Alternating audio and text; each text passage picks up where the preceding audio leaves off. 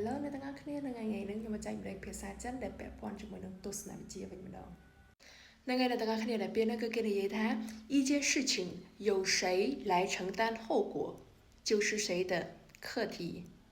អញ្ចឹងសារៈអត្ថន័យរបស់វាគឺគេចង់បានន័យថារឿងមួយបើសិនជាអ្នកណាម្នាក់គាត់ជាអ្នកទទួលលទ្ធផលចុងក្រោយអញ្ចឹងបានន័យថារឿងហ្នឹងគឺគាត់មានសិទ្ធិក្នុងការម្ចាស់ការនៅលើរឿងហ្នឹងគឺជាបញ្ហារបស់គាត់ស្រាប់ពាក្យនឹងផងដែរគោលដៅរបស់គេគឺចង់ឲ្យយើងម្ចាស់ការនៅក្នុងរឿងដែលផលចុងក្រោយគឺយើងអ្នកទទួលនឹងយើងត្រូវមានភាពម្ចាស់ការនៅលើរឿងនឹងដោយខ្លួនឯងអ្នកទាំងអស់គ្នាឥ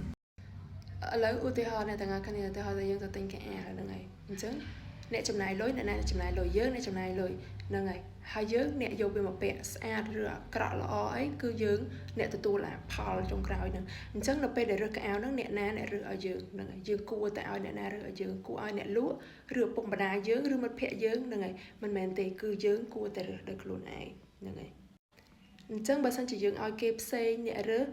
អញ្ចឹងផលចុងក្រោយហ្នឹងគឺយើងអ្នកទទួលរឿងហ្នឹងគឺវាអត់ត្រឹមត្រូវទេអ្នកទាំងអស់គ្នាអញ្ចឹងបានន័យថាពេលដែលសម្រេចចិត្តអីហ្នឹងយើងលើកការសម្រេចចិត្តហ្នឹងឲ្យគេ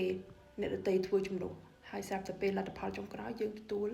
អាការដែលធ្វើបែបហ្នឹងគឺវាអត់ត្រូវទេអ្នកទាំងអស់គ្នាអញ្ចឹងបានន័យថាអ្នកណាទទួលផលកម្មហ្នឹងគឺយើងសម្រេចចិត្តដោយខ្លួនឯងហ្នឹងហើយយើងធ្វើវាដោយខ្លួនឯងកុំឲ្យយកអាការធ្វើឬការសម្រេចចិត្តហ្នឹងឲ្យទៅអ្នកដទៃហើយសម្រាប់ការជួយគេអ្នកទាំងអស់គ្នាក៏យើងត្រូវបាញ់ចិត្តបែងចែកពីបញ្ហាហ្នឹងឲ្យច្បាស់ដែរព្រោះអីពេលខ្លះយើងជួយគេគឺយើងបំណងល្អ 100% ទេប៉ុន្តែ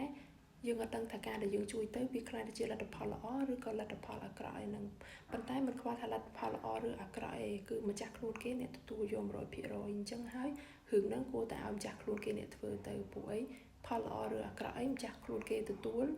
ម្ចាស់ខ្លួនគេអ្នកធ្វើអានឹងអារម្មណ៍គេប្រហែលជារៀងសុខចិត្តតិចណាប៉ុន្តែទៅពេលយើងទៅធ្វើហើយហ្នឹងឯងបើរឿងហ្នឹងធ្វើហើយវាល្អវាអីទេតែបើសិនជាធ្វើហើយវាអាក្រក់ហ្នឹងឯងយើងជួយហត់ហើយម្ចាស់ខ្លួនគេមានអារម្មណ៍ថាអូបែបនេះបែបនោះអីចឹងណាអូខេអ្នកទាំងអស់គ្នាអញ្ចឹងសម្រាប់វីដេអូហ្នឹងគឺសូមបញ្ចប់តែហ្នឹងហើយបាយបាយអ្នកទាំងអស់គ្នាជួយ like ជួយ follow ផងអរគុណ